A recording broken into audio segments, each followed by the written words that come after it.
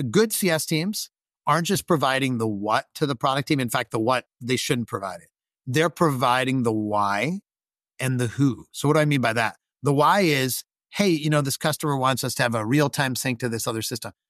Whatever. The why is what matters. And so I think one thing all product people, because I started as product manager eons ago, and one thing they all respect is why, the why. And CS can help with that. The second thing they respect is the who. Now, what do I mean by that? Who are the smart customers to talk to about this feature? Hello and welcome to the show and a special milestone. It's the podcast's 4th birthday. 4 years ago, I sat down behind a microphone for the first time, and 214 episodes later, I'm still having some great conversations with some great people and learning all the time. So thank you for sticking with me in the face of the million other podcasts that have started up since. But you know this one's the best, so make sure to subscribe on your favourite podcast app or subscribe on YouTube, and make sure to share your favourite episode with all of your friends. To celebrate the 4th anniversary, we're not really going to talk about product management at all, but go deep on what customer success means to a SaaS organisation, how product and CS teams can best work together, and think about the role of customer success teams in an AI-powered future. For all this and much, much more, stick with us on One Night in Product. So, my guest tonight is Nick Mehta.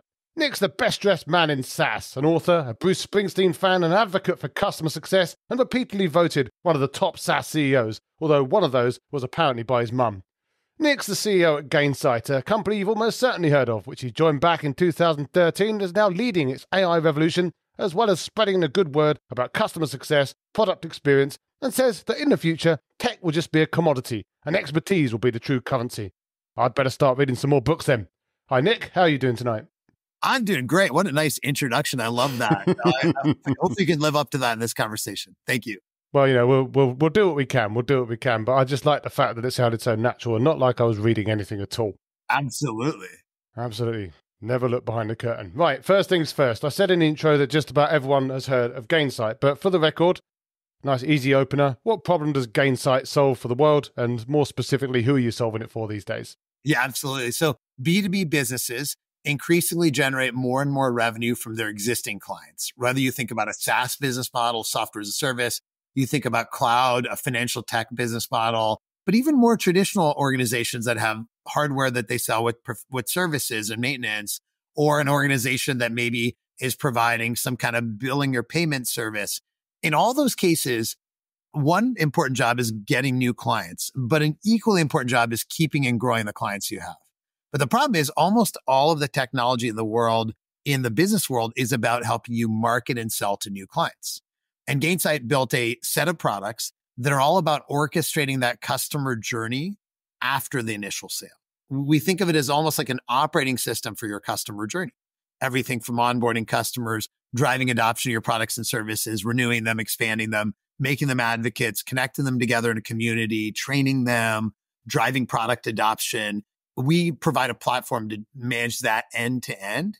And we do that from everyone from large organizations like IBM or ADP or folks like that to very small 50-person companies. And we work across all those sizes with a set of different products depending on people's scale. Well, I'm going to say that that's a pretty wide remit that you've just described there. Like that could pretty much, like if I was a product manager trying to prioritize what to work on for that platform, I could probably do just about anything. So how do you kind of, I mean, I know that you kind of started out as a kind of a customer success play, and I know that you've expanded use cases after that, but like, how do you manage to kind of keep a consistent and coherent mission rather than just this kind of idea that, well, the customer's at the center of everything, so we can just do anything? It's such an astute question, because you're right. If you asked our product management team or company in general, we struggle with, so many different directions we can go in. And I think, as you know very well, there's an importance of having a very small number of core themes that you're focused on, right? Without having your head in the sand, And so to us, there's a few themes that our clients ask us about all the time. Number one theme is, what do I do in my business to drive better retention and stickiness of my products and services? And so one of Gainsight's core value props is helping you do that, helping you understand what drives retention and do more to drive that. And so one North Star for our team is it helping our clients drive retention? A second North Star is every one of our customers wants to be more efficient. They want to not need as many humans to manage their customers. And so we build products that help people drive self-service and kind of not just connecting with the company, but with other customers in kind of a community, train the customers so they're more self-sufficient, do more through a digital experience. So the second North Star is, are we helping our customers be more efficient? And then the third North Star, no surprise, and we'll dive into this in a lot of detail, is how do we reinvent all of that using AI? And so huge focus for Gainsight is around driving, AI in everything we do, but really using AI to reinvent the concepts themselves. So those three areas of how are we helping our clients drive retention and stickiness, how we help them be more efficient, and then how we help them use AI to reinvent. Everything we do is around one of those three things. So that makes a lot of sense. And obviously, we're definitely going to talk about some of the AI stuff in a bit. But I also want to just talk in general just about this idea of kind of customer success, which is obviously where you grew out of and kind of underpins everything that you do, but at the same time is maybe not necessarily understood by everyone what that even means. And I know that you've written a couple of books yourself, or co-written a couple of books on customer success. And obviously you've taken over at Gainsight, you're CEO there, you've been there for many years now, leading the company there. But that wasn't always what you were doing, right? Like, you weren't always working in this space. So like, what was it that really tempted you or made you feel that this was a space to go into? Were there any kind of happenings in your career before Gainsight where you were like, yeah, no, this is a problem that I really want to solve? Like, what kind of set you off on that journey and that path? Absolutely. Yeah, my career has had basically 3 chapters to it. And in some ways, they kind of lead to where I'm at. And actually, interestingly enough, I can go all the way back to my childhood to kind of connect the dots together. So when I was a kid, my dad actually worked.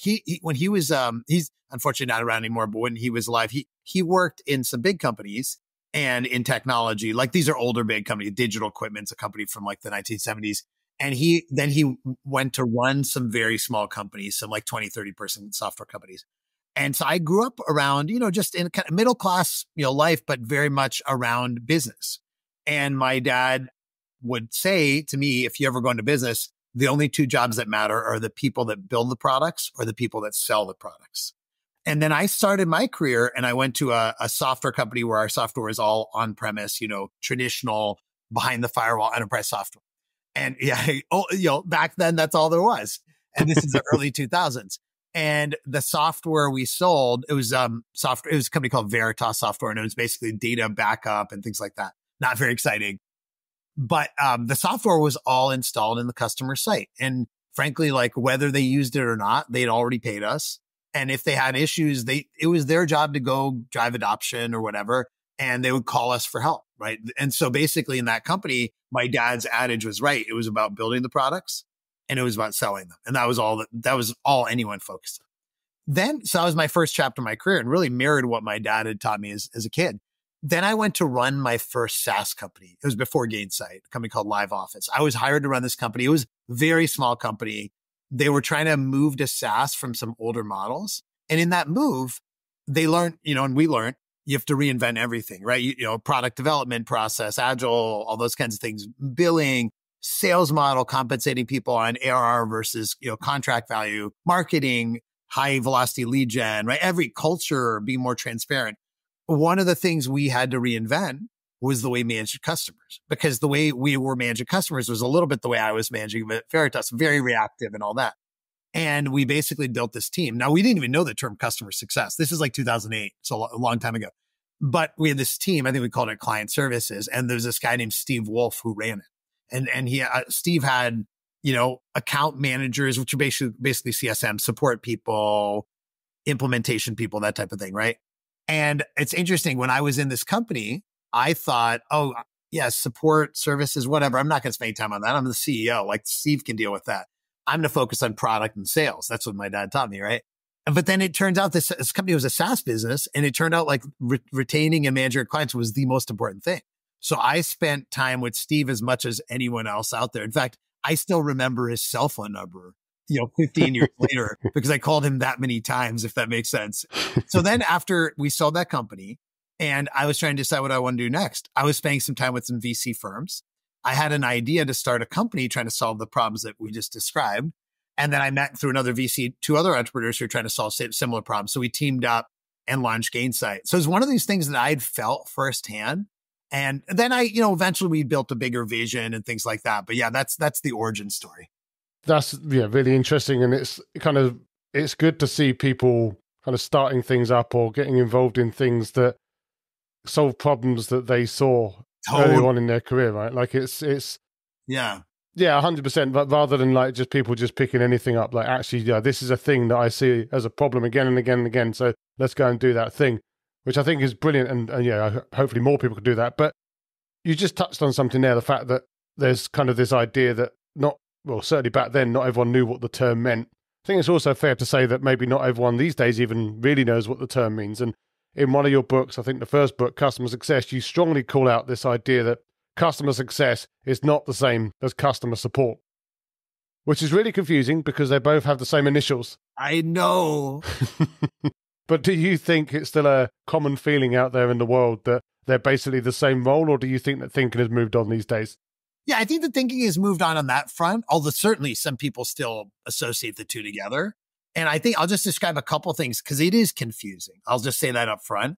In some ways, the nomenclature, to your point about CS and CS, customer support, customer success, but even just like what is customer success and how's it defined? So let me just define a few concepts that I think matter. So there's one universal adage, which if you think about a company before customer success, you effectively have a sales team and you have a support team. And the sales team is proactive, very proactive, hopefully, but very much about that deal in the commercials. And the support team is very empathetic, but is fundamentally a responsive, reactive organization by design, right? And there's this seam in between. And that's what customer success is. Because the problem in a SaaS business or any recurring revenue business is it's on the vendor's job to drive that value adoption. Otherwise, the customer just won't stay with you, right? And in the old world, as we described, it was the customer's job to drive value. In fact, if you said, who was the customer success manager in the old days? It was the customer. Like they were the customer success manager. They were the ones who had to figure it out, right? It's kind of like if you went out and bought some complicated product on Amazon, right? And it was just like one-time purchase. You're the CSM. You're the ones that had to figure it out. You go to the help site and try to see if the documentation was at all written in an intelligible way, right? And so what happened was there was this need for this third leg of the stool: sales, support, now you have CS.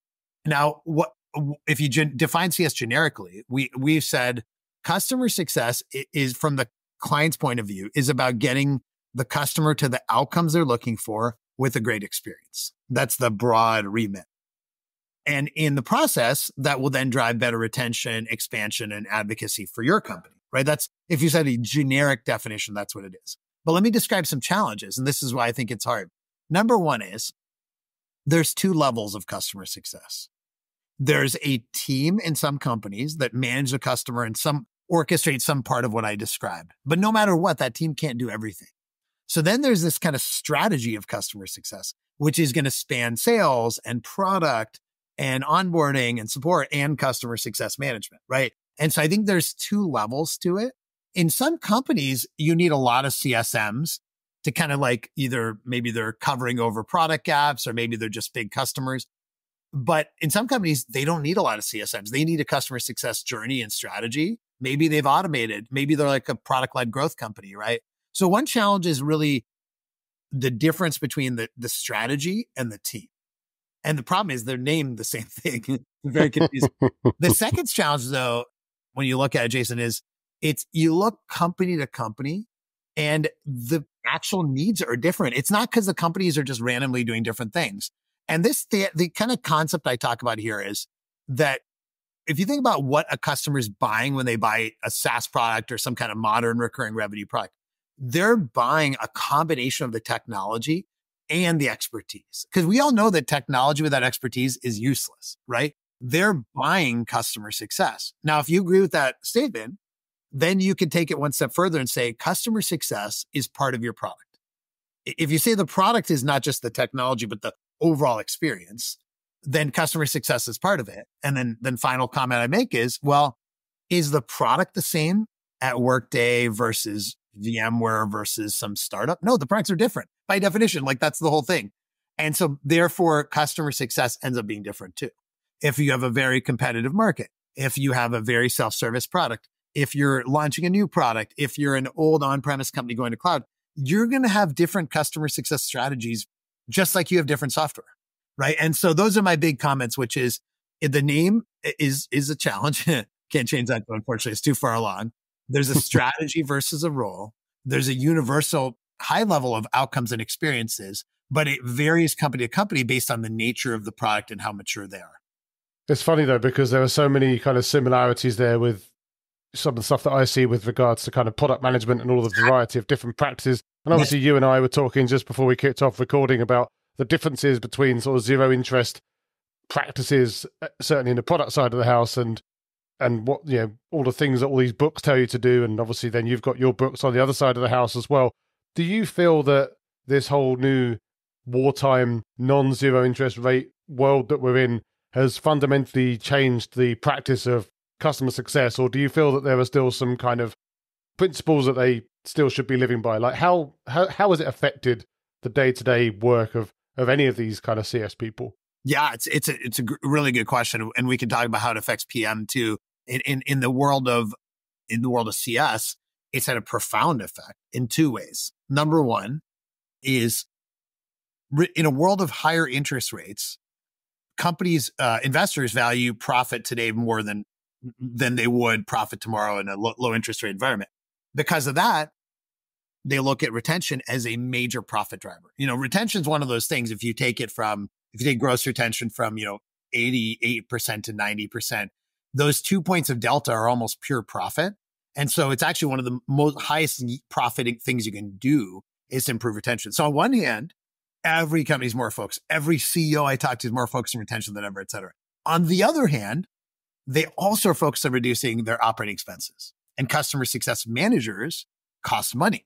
And companies actually, in many cases, spend a lot of money on those. So it creates a huge pressure on how do I actually get more efficient? And so what people are trying to do, balancing these two goals, is drive retention, but in a less people-dependent way. In product, online help center, self-service, community training, digital journeys, all those kinds of things. So that it's not just about throwing people at the problem. It's almost like you talked about product-led growth earlier, and of course that's, weighs heavily on all of our minds. And I'm sure there are some companies that will never get there, but lots of companies are going to try. But it's almost this kind of, as part of that, like this product-led customer success model that's probably going to be the third book, right? Like, how do you... That's totally right. And actually, it's interesting because every industry uses different terms. We use the term digital-led customer success. And what we mean by that is it's basically saying, look, no matter how big your customer is, big or small, there's value in having some stuff done in digital-led, because even if you have CSMs, why not focus them on the higher value activities, right? Versus, sending out the release notes or helping them resolve an issue or helping them understand a new feature. Like that's stuff that digital can help. Digital is looking at all the channels. One channel is like in product, messages in the product, et cetera. Another channel might be chat. Another channel might be automated emails, community training. And how do you create a digital-led journey? And so funnily enough, we released a book on digital-led customer success about 2 months ago. So for that exact reason, it's a very hot topic. Well, there you go. I obviously didn't do my research. I'll go and buy it immediately after this and read it and try and work out what to do with myself as well. Nice. All right. So we're talking about customers tonight. So just give me a precious few seconds to talk about how to identify yours. In my time building my consulting business, I occasionally have eureka moments, like when a certain tool becomes a legitimate game changer. That's why I'm excited to talk about Lead Feeder, a tool that helps you cut through your data and turn your website visitors into solid leads. Imagine knowing which companies are checking out your site, tracking their behavior, and integrating them all with your CRM. That's exactly what Lead Feeder does for you. The result becomes your secret weapon for targeted lead engagement, making it easier for your team to convert website traffic into sales. You can head over to leadfeeder.com/try for a free demo, and you can get a free extended premium trial when you let the rep know you found out about Lead Feeder through the One Night in Product podcast. Check the show notes for more details, but as for now, let's get back to the show. But it's interesting, and I think that a nice little segue there is obviously, as a podcast, this is very much focused on product managers and product leaders, and obviously they will be listening to this, especially if they're in B2B. They're going to work with customer success teams. They may be nodding along with some of the stuff that you've said, and obviously, they're going to be well aware of some of the challenges maybe that they have internally within their organizations, like when they're working with customer success teams. But I think one of the interesting kind of points of friction that I've seen with product teams, customer success teams, and I don't know how it is in your organization, is like they both, to some extent, have almost like a legitimate claim to be kind of the owner of the customer experience, in the Yeah. sense that, of course, the product team are out there, hopefully out there speaking to people and trying to work out, get good insight and empathy with customers. And then, of course, you've got your customer success people doing that very specifically, and potentially account-based stuff, or doing the quarterly business reviews and all of the stuff that they do as part of their day-to-day job. So how do you see product management teams, both within Gainsight and just around the world, like working most effectively with customer success and not having that friction? Yeah, it's really interesting because we've dove really deep into this question for a few different reasons. I'll kind of break down 3 reasons. I'll describe kind of what I've learned from this. So one reason we dove into this is that when we talk to customer success leaders, chief customer officers, VPs of customer success, and we said, hey, we have a magic wand, we can fix anything in your company, every single one says, I want a better relationship with the product team. And what's interesting is actually a corollary. I've had a number of product people say, how do I have a better relationship with CS? So that's sort of one big thing that's kind of coming up. A second reason that we've learned a lot about this and seen a lot of the context is that we expanded ourselves in terms of our technology from selling to the kind of customer facing teams. We have a product now that, or last, 4 or 5 years, that is called Gainsight Product Experience, which is basically like an in-app guides and analytics product. And so we learned a lot about the product side of the view, like what do they want and how do they want to connect together? And we learned how much of this bridge is so important between the two groups. So now let's describe the bridge and like what some of the challenges are. I think there's like tactical parts of that bridge that are straightforward, but frankly, highly uninspiring. Like, hey, you have a escalation from the CSM, this product person, and there's the request. If we don't have this thing done, they won't renew, right? And I always tell CS people, if your relationship with your product person is purely those escalations, it'll never be strategic. Because honestly, like, they're not going to look forward to your emails or Slack messages. Every message will be like, hey, his customer's on fire. Can you go fix it? Right.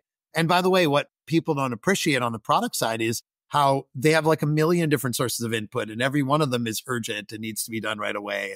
And so there's a real challenge of empathy for the product team about, how do we really help them? And so this gets to where I think the opportunity is.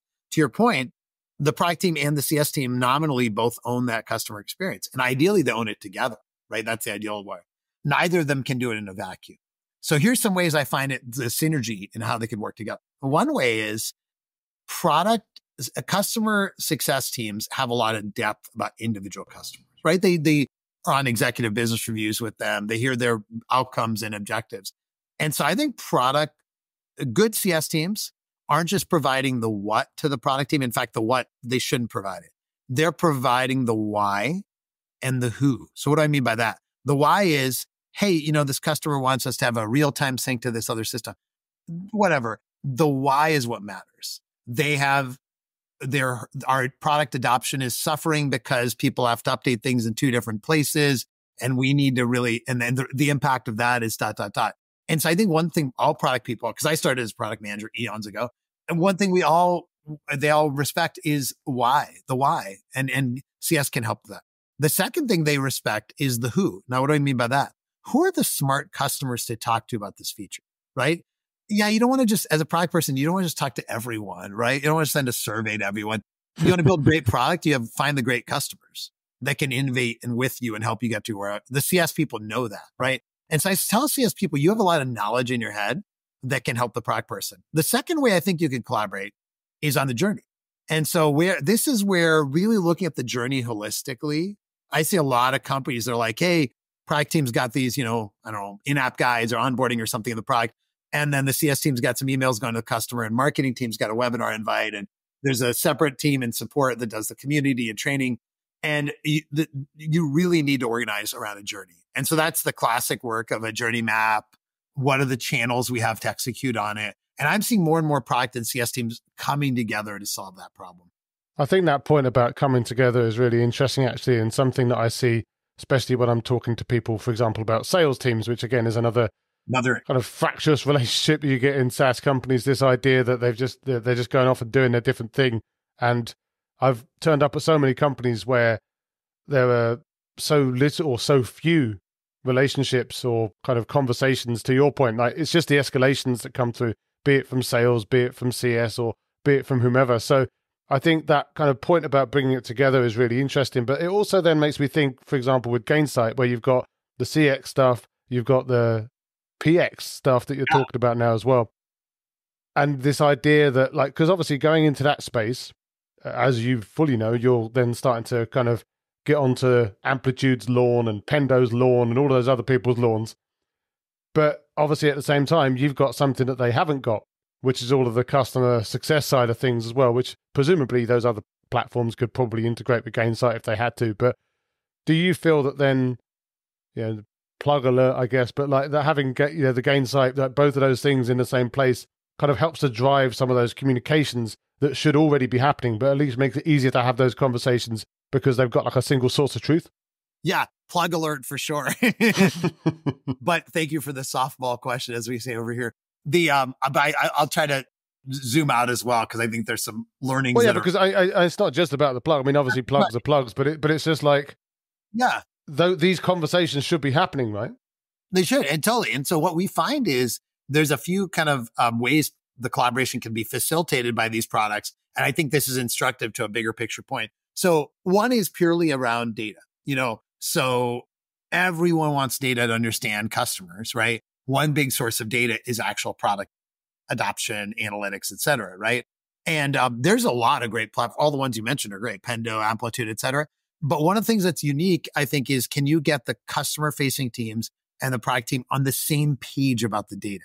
I see this so much in companies where it's like the product team has like a definition of metrics like active users and the CS team has a different definition and they're just not aligned, right? So number one is like data and telemetry and all those types of things, right? Without having to go do a lot of engineering cycles to go do that in a more manual way. Number two is then using the product as a channel, right? So we mentioned before, obviously you can show kind of guides and walkthroughs and stuff like that in the app. And there's a million ways to do that, including Gainsight. But I think what's really powerful is if you can combine those in-app experiences with the rest of the journey. So one of the core capabilities in Gainsight is called Journey Orchestrator. And the idea is in this journey, you can trigger email, CSM outreach, in-app communication, community invite, training invite, Slack message, et cetera. And so how do you make that all tied together into one versus a whole bunch of different one-offs?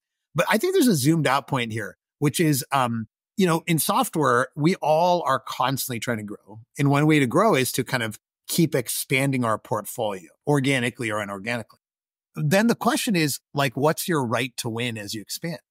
And you have to have bet on an axis of like thinking from the client point of view. So our bet is customers want a more integrated journey for their clients. And they want to actually have an integrated cross product and marketing and so on. And there could be an alternate bet, which is, hey, we think product teams should be like end to end, have the full stack. Like this might be what a Pendo, who I respect greatly, might be where their strategy is, right? And you have to make a bet of, okay, I'm going to have this axis. And by the way, with a bet, you're not going to win every deal. I think Gainsight PX works really well for companies that want a very customer-centric journey. If they're looking like just for a full stack PM solution, frankly, I think Pendo is better, right? If my sales team's listening, they're going to kill me. but you know what I mean? Like it's about what is the thing the client cares about the most. And so if you're listening and you're working in a product category and you're looking at adjacencies, I think you have to define what's your right to win and who's the ideal customer that would choose that integrated approach over a bunch of point solutions. No, absolutely. Well, before we sashay into talking all about AI, I want to run a couple of opinions that I've seen out there. Not my opinions, so don't blame me, but opinions that I've seen out there from other people around and about the SaaS industry, if we can call it industry, about the role of customer success. So the first one is actually a former podcast guest of mine, Richard Blundell and Chris Topman. They wrote a book together. I don't know if you know them, the Go-to-Market Handbook for B2B SaaS Leaders. Sure you can imagine what that book's about. But they said that in that book and on the podcast as well, that actually in a SaaS business, one of the first hires you should hire, even before you hire your first salesperson, is a customer success person. Do you agree with that? And do you think that's a good idea for B2B SaaS companies? Yeah, it's really interesting. So of course I agree with it. That's a thank you to Chris and the other gentleman you mentioned. But I would define it just to make it more nuanced. What you're hiring early on is a customer success person, but what you're really hiring is kind of somebody who's going to do everything, a Swiss Army knife or whatever analogy you want to use. Because what you need early on is somebody who's deep with the customers and can be deep with the product and connect the dots on those two, right? Because we can no longer get away with building a product in a vacuum, shipping it, and then, using analytics to understand how we can make it better. You need to understand the customer's point of view and really go deep with them. It's very different from building a B2C product, right? Let's say you build a next gen social network, next gen Instagram. Yeah, you're not going to CSMs, right? You're looking at the data, you're finding out how to hack the system to get people to use it more and so on. And you want to do some of that in B2B, but it's very important to understand the customer's environment, their objectives. And so that's early on, it's really a glue role between product and the customer, right? Eventually it evolves to something different where you have accounts and goals and metrics and so on and so on. The only caveat I'd give to my advice of course, hire somebody is don't hire 10 of them like the next day. Like then figure out how you're going to scale with a more digital approach. So what I would do is you hire that one or two people and then say, what can we now do based on our learning in the application through community training, online scale? Because I would rather add people on once you build a foundation of scale in digital than make it a people dependent thing. And later on, figure out how to bolt on the digital approach. And this is something that's changed in my thinking, particularly in this new rational interest rate environment versus the drug induced, fuel we had for the last 10 years. So. No, fair enough. It's almost like an MVP of a customer success team and then kind of, iterating based on what you learn. And that's a good analogy, a good product analogy. I like that. Well, there you go. Eric Ries will get his check after this. Yeah, exactly. But now there's another take on the other side of the table. So maybe we get you in a round table one day and see what happens. It's a chap called Chris Degnan. I don't know if you know Chris. He's totally. He was Snowflake legend. Yeah, exactly. So CRO at Snowflake. Heard him on 20 VC with Harry Stebbing recently. And it was a very interesting conversation all about sales and revenue, obviously, because that's his world. But he dropped something towards the end, and I don't know if you've heard the podcast, about how customer success, in his mind, is a dirty word. Yeah. You shouldn't have customer success teams. When he went into Snowflake, he fired the customer success teams. He put all of their revenue and renewal responsibilities and upsell just on the sales team and built up a professional services team to do any of the kind of blood and gut stuff around it that, doesn't scale, but if you need to have any kind of service or implementation stuff around it. So that's very against what we've just said around like it's a good idea to have customer success people. Where do you stand on that take? Well, it's really interesting because, Chris's former boss is Frank Slootman, who's kind of an all-time legend CEO of Snowflake, previously ServiceNow, previously Data Domain. You just literally, how do you even question anything about, their approach or success? But I will question it. Why not? It's funny because, Frank Slootman wrote this book called Amp It Up, which is a kind of a book targeted for leaders and CEOs. It's actually, you have it there? Yeah.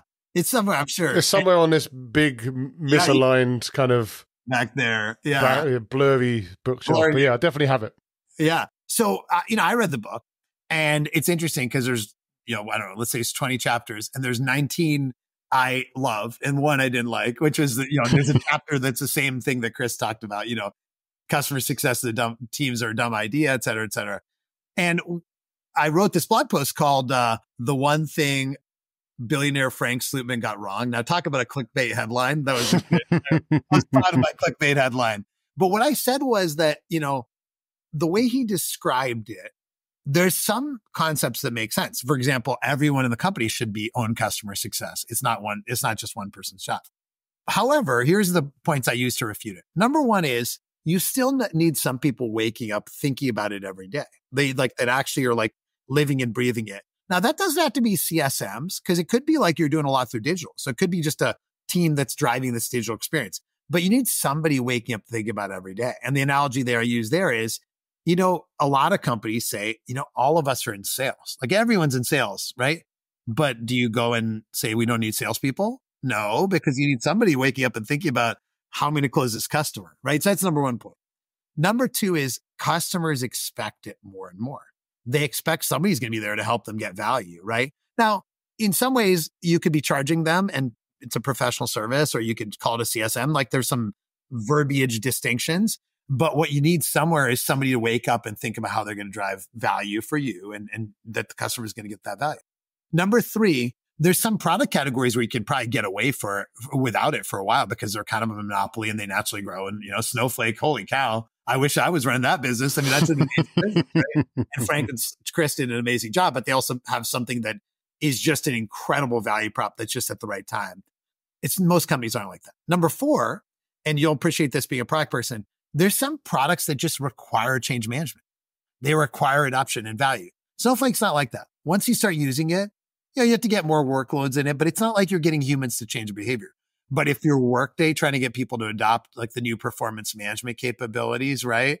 Or if you're, somebody in the collaboration software space, Zoom, Gainsight client, trying to get people to use new features of Zoom, you need CSMs. You need people to go drive that adoption value.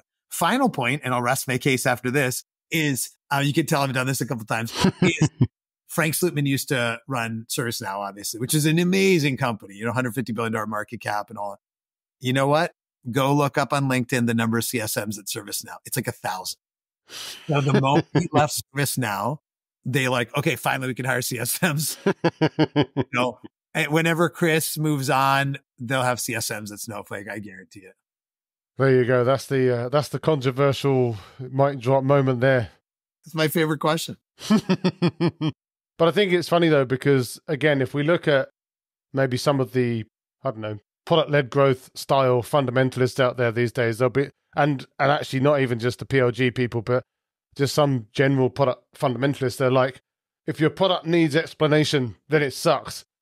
Basically, and then they'll always put this blog post up of this is what Google looks like, and this is what such and such looks like, and this is what Twitter looked like and it's yeah, but have you used some of their business, some of their B2B products? I was looking at LinkedIn ads earlier to try and do some ads for the course that I'm running, and it's it's like one of the worst applications I've ever seen. I cannot understand how they made an app that bad, and it's all well and good for these kind of product aficionados to go out there and say, well, if you have to explain it, then it's, you've not done a good job. But A, there are some complicated products out there, and B, even if you haven't done a good job, you still need to keep selling and supporting the product, right? Well, that's exactly right. And again, I love how candid you are, so I'll do the same thing. There's so many things that were mirages because of zero interest rates. And I'll say a controversial statement. It is a total mirage, a total fallacy, bad advice to think that you just build a great product and everything works itself out. You said I could swear, it's a fucking dumb idea. That is enough. And here's why. Because the world is constantly changing and getting more competitive every day. So let's just pick a product that almost everyone that's listening has used. Zoom. I use Zoom. We love Zoom at Gainsight. We use every day, right? Every hour, And I've known Eric since he started Zoom. I'm not super well, but he's a super nice CEO. It's amazing. And there are legendary stories about him building the first version, and then people would tweet some feedback and he'd build fix the next day. You can't think of a more product-led company in the early days than Zoom. I mean, what they did is amazing, right? And they're a big Gainsight customer. We appreciate working with them. But the reason they have a CS team is if we just all use Zoom and just the basic capabilities, you know what? There's that looming threat. Microsoft Teams or whatever, it's free for most companies because they own the licenses. So Zoom's got to get us to use and everyone else to use the advanced capabilities and Zoom Rooms and they have new kind of email capabilities and Zoom app integrated marketplace and ... transcription, AI. If a customer's stuck using Zoom basic, they will eventually just go somewhere else, right? And Zoom's got to get customers more sticky. That doesn't naturally happen no matter how good the product is. Zoom product's great. There's literally, God, again, I don't mean to criticize Microsoft, but every time I get on a Teams meeting, I cringe, right? Or let's say a Google, whatever the new version of Google Meet is, or the, whatever technology. But you know what? Companies use Teams, a ton, insanely, right? So to me, every product purist out there needs to learn the Teams case study because Teams is taking three incredible products, Slack, Box, and Zoom, and offering very mediocre versions of those, but they're doing really well. You know what I mean? And if you're watching, there's some bigger company coming to eat your lunch, and just a nice UI is absolutely not enough. Yeah, no, it's funny, and there's a lot of controversy over bundling and all of that at the Yeah, oh moment yeah, as well, which there's is, monopoly things which I don't control, so that's yeah. right. Well, one day, maybe Gainsight will be up there being investigated because you get so successful that you become... Sign of success, right? Exactly. Right, AI. So you've got AI all over your front page now. Yeah. I looked earlier at gainsight.com, couldn't move for the number of references to AI over the site. So you obviously caught the trend, and that's good. I'm sure you're doing it really well. But like specifically, and you kind of touched on it earlier, but like how are you using AI to enhance Gainsight these days rather than just sort of slapping it on as a bit of window dressing? Yeah, absolutely. So I mean, I could talk for 5 hours about this, so you'll have to cut me off. But I'll just say, like, on a personal note, I've never been more excited about anything in my life, like ever, not even in work wise, like ever, nothing. Like this is just when all the analogies people try to use, oh, this next SaaS or next cloud, they're so insufficient for the impact that's going to have. Of course, on the world in general, but specifically on software and enterprise software, it's just going to totally change everything. And there's companies that will be leading into it. They're going to succeed. And the ones that don't are going to be decimated. There's a CEO I know who I respect who said, this is a level 5 extinction event for software companies. You're either leaning into AI big time or you're dying. So for us, it's like our number one priority as a company. And it's really, when I think about it, there's two ways you can use AI, at least in Gainsight, probably in other products too. One is I call evolution and one's we could call revolution. So the evolution is, how do you use AI to make Gainsight more efficient for the people using it? So for example, eliminate all data entry for users of software like Gainsight, right? Like think about if you use a CRM, like how much it sucks to enter contact records and update fields and drop downs. And by the way, like the vendor's constantly like making a new UI to make it easier. But you know what? UIs still suck. No matter how easy they are, they suck. The best UI is no UI, right? We all, I think, could all agree on that. And so what's great is AI can help you eliminate UIs and like just make data entry easier, make your customers more efficient, make the value prop of what you do, evolutionarily more better, right? And so we have shipped 11 features in Gainsight. We have like 60% of our customers already using it. We made the decision to make it included, no extra charge. Everything from, meeting transcription, note taking, action item selection, writing emails, all the things I'd call now commodity AI features, but also like really innovative things. Like, for example, being able to pool the knowledge in a company so that you can go into our Copilot and say, what customers are using Gainsight in the financial services industry? And it'll just like look across the data and give you a really high quality answer really quickly. So well, I'll call those evolutionary features. We call all that, using the term Microsoft and others came up, we call it Copilot, Gainsight Copilot. But then there's a next level, which is how do you use this to truly automate the function you're serving, right? Rather than evolutionarily making it more efficient, how do you revolutionarily automate it? And that's what we call autopilot. And so what we're building there is capabilities that you can expose to our customers' customers that become like a virtual CSM, that like connect them with another customer to learn from, that train them into like an AI tutor, that give them recommended content, that show up in the app with a more AI-driven guide versus like a static guide that we all provide today. And so for us, Copilot is live today. We got 11 features live, 60% of people using it, dozens more coming. Autopilot's in development. Autopilot's are where we can really revolutionize, because we can come back and say, you know what? We're going to save you a ton of money. And by the way, then we can charge for that. We can generate whole new revenue streams, et cetera, et cetera. So I do think it's interesting to think of if your folks are thinking about their own roadmap, about what am I doing that's incremental with AI and what am I doing that's truly like revolutionary. But I would just say, if you're not just every single day thinking about this, like you're going to be left behind. I'm the guy who is like, it's probably like you, I'm like listening to the Lex Friedman 4-hour podcast interview with an AI researcher. I'm reading latest AI research. And even for me, I'm like, I don't know, I'm not even keeping up enough, but it's just, there's no words for it. It's so exciting. But it's interesting, the two kind of different strands that you talk about, like evolution and revolution. It doesn't really rhyme in British English, which is really annoying. Evolution and revolution. Oh, that's true. But there's just this kind of concept of there's a bunch of stuff that basically just everyone's doing now. Yes. And that starts to feel like a real commodity play. And as you kind of put it already, like this kind of commodity AI, which is kind of hilarious when you like, I remember I worked at a company once, there was, we were playing around with like really early transformer stuff back in the day to try and do some of the natural language processing that we wanted to do at the time. And like I've not worked there for a few years now, but I can't even imagine like what it must have felt like when all of a sudden like ChatGPT version whatever came out and just like knocked everything into the just like second place. It was unbelievable, and I would have loved to have had some of that stuff then. But so talking about it being a commodity now is hilarious in some ways. But at the same time, it has almost become a commodity. And it seems like you've got a lot of companies out there that are just almost, they're all just doing kind of the same thing. They've got a chat bot, or they've got a little summarizing thing, or they'll give you whatever. And it's like, yeah, great. But like, that's almost done now.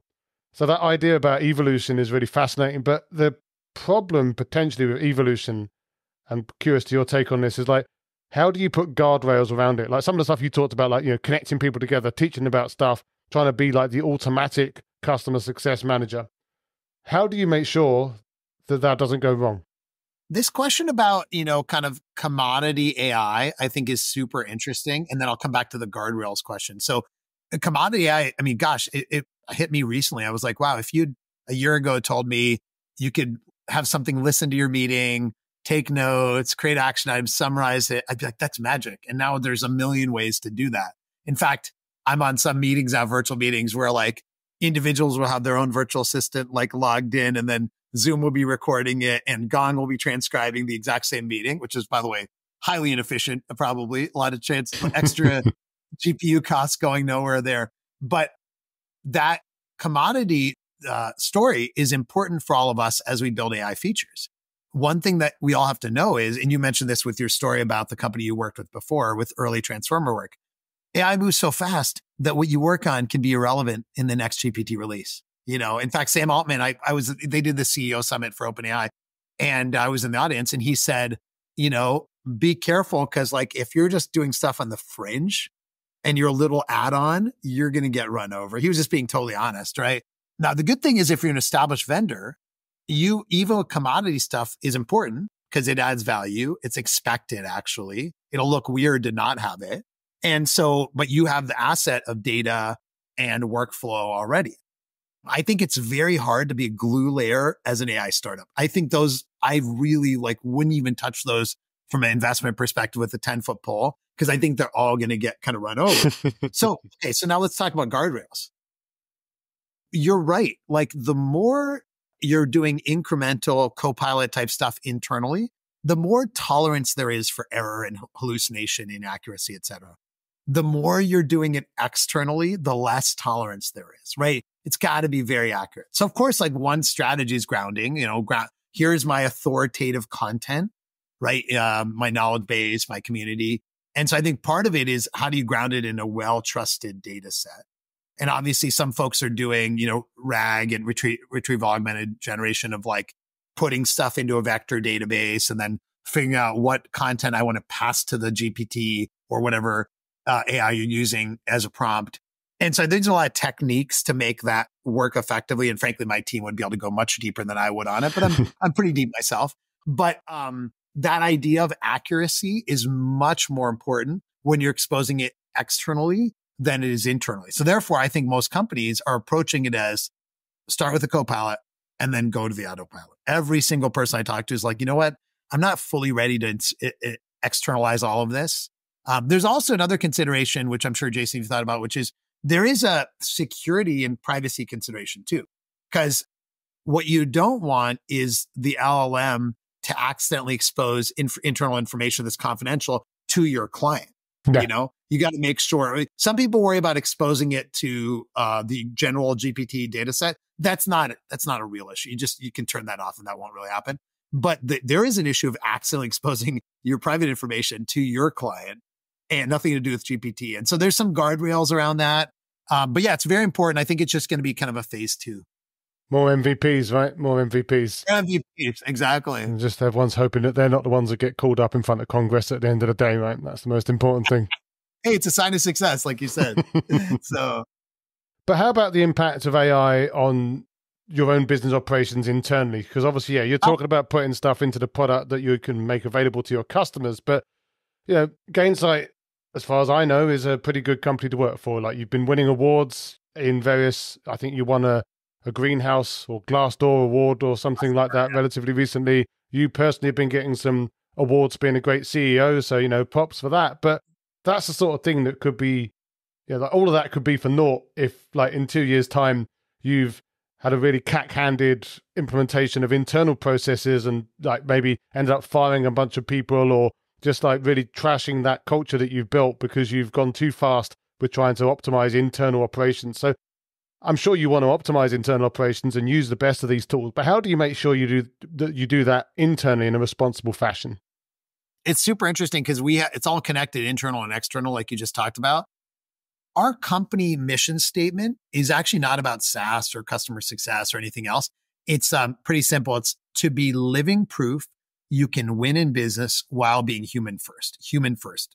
Human first, the idea is everyone that you interact with, whether it's a customer, whether it's a prospect, whether it's a job candidate, somebody leaving your company, a churned customer, an investor, a podcast host, they're all human beings first, right? And remember that that's who they are. And then treat them as a human being, treat yourself as a human being, be authentic in who you bring to work. So, of course, the question you ask is really important. And in fact, we've shared that mission statement with our customers at our conferences, and they love it because customer success in some ways is like human first. And so when we talk about AI, both internally and externally, we call it human first AI. How do you use AI to bring the best out of the people in your company and the best out of your customers? That's kind of the big vision we have. So when we think internally, there's a few core principles I'm talking to our team about. Number one is just from a personal perspective. There's a moral responsibility when you're a CEO or any leader, 1,000-ish people working for me. There's no way you're going to get a job and knowledge worker job in 2 or 3 years if you don't know how to use AI. Like you'll be unemployed. And so the first thing I tell my team is, you've got to learn this. Forget about gains. You got to learn this for yourself. You got to learn how to use ChatGPT and other ways to be more efficient. If you're not doing that, you're in trouble. And I just sent a survey to our company about a whole bunch of things. And one of them was like, how are you using AI in your job? And organically, no surprise, hundreds of people are using it, just ChatGPT or whatever day to day. Of course, they use the Gainsight features too, but they're using it like in accounting or finance or, IT or whatever, right? So that's like an important thing is learn how to use AI. It's really, really important. The second thing is us building programmatic ways for people to learn from each other. So we call this initiative AI for All. We have somebody actually who stepped up in our customer success team, but created a company-wide approach where it's like, hey, regular enablement sessions, regular training, sharing how people are using AI and lots of different jobs because we're all learning together. We have very active AI Slack channels, because there's no way to keep up unless we all do it together. And then we can encapsulate all of that in a concept we're actually rolling out in a company event soon. We call it Think AI First. And the idea is, hey, like I'm solving something. How do I do it better with AI? It doesn't mean, by the way, like losing your job or anything. Sometimes it's just doing it better, doing less annoying rewriting of stuff. Now, the final comment I give is, I think we also have to be empathetic that the fears still exist by not just Gainsight employees, but everyone in knowledge work. And by the way, they're not irrational. Like, I think we have to just like accept and honestly say they're not irrational fears. Now, what is likely to happen? I don't know for sure, but I think what's likely to happen is the commodity work will continue to be like automated. And then you have to figure out how to keep moving up. So for example, a customer success manager is unlikely to be automated anytime soon. We'll keep doing stuff at Gainsight, but it's just not, it's a human job. A customer support first line role is almost guaranteed to be automated. And so how do you help your team move up to higher value work by learning AI and then also upskilling in what they do? It's unfortunate, but that's just the new world. It's going to be a race with the machines and race against the machines both at the same time.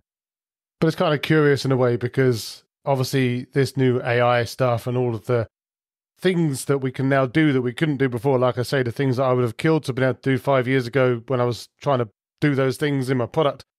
But like, it's kind of the same old story for the last 100, 200, however many hundreds of years, right? Like new technology comes along, everyone feels that it's going to just destroy all of the jobs and they just have to find different ways to do the jobs. And I'm a big fan of automation. I mean, as a technology guy myself, like I want people to be working on the things that people are the best at, not grinding through stuff. I mean, early in my career, like, again, thinking about like what I could do now or then having the technology for now, the amount of time that I spent and that I wasted on just absolute nonsensical tasks that there just wasn't a better way to do. And you try and automate them as best you can, but now obviously you just step change that. And this idea that it does then give people the chance to, do different things that they couldn't do before because they spent so much time doing the other thing. I guess it's just interesting, and it will be interesting to see like how responsibly all of the different companies out there, like you obviously seem to have the right idea yourself, but you're not the only company, right? So I'm sure there'll be some bodies at the side of the road, but hopefully they'll find a way to pick themselves up and move on into this wonderful new future that we're all going to find ourselves in. But if people want to come and find you in that future after this and chat more about Gainsight or customer success or talk about AI or maybe see if they can borrow some old Springsteen CDs, where can they find you?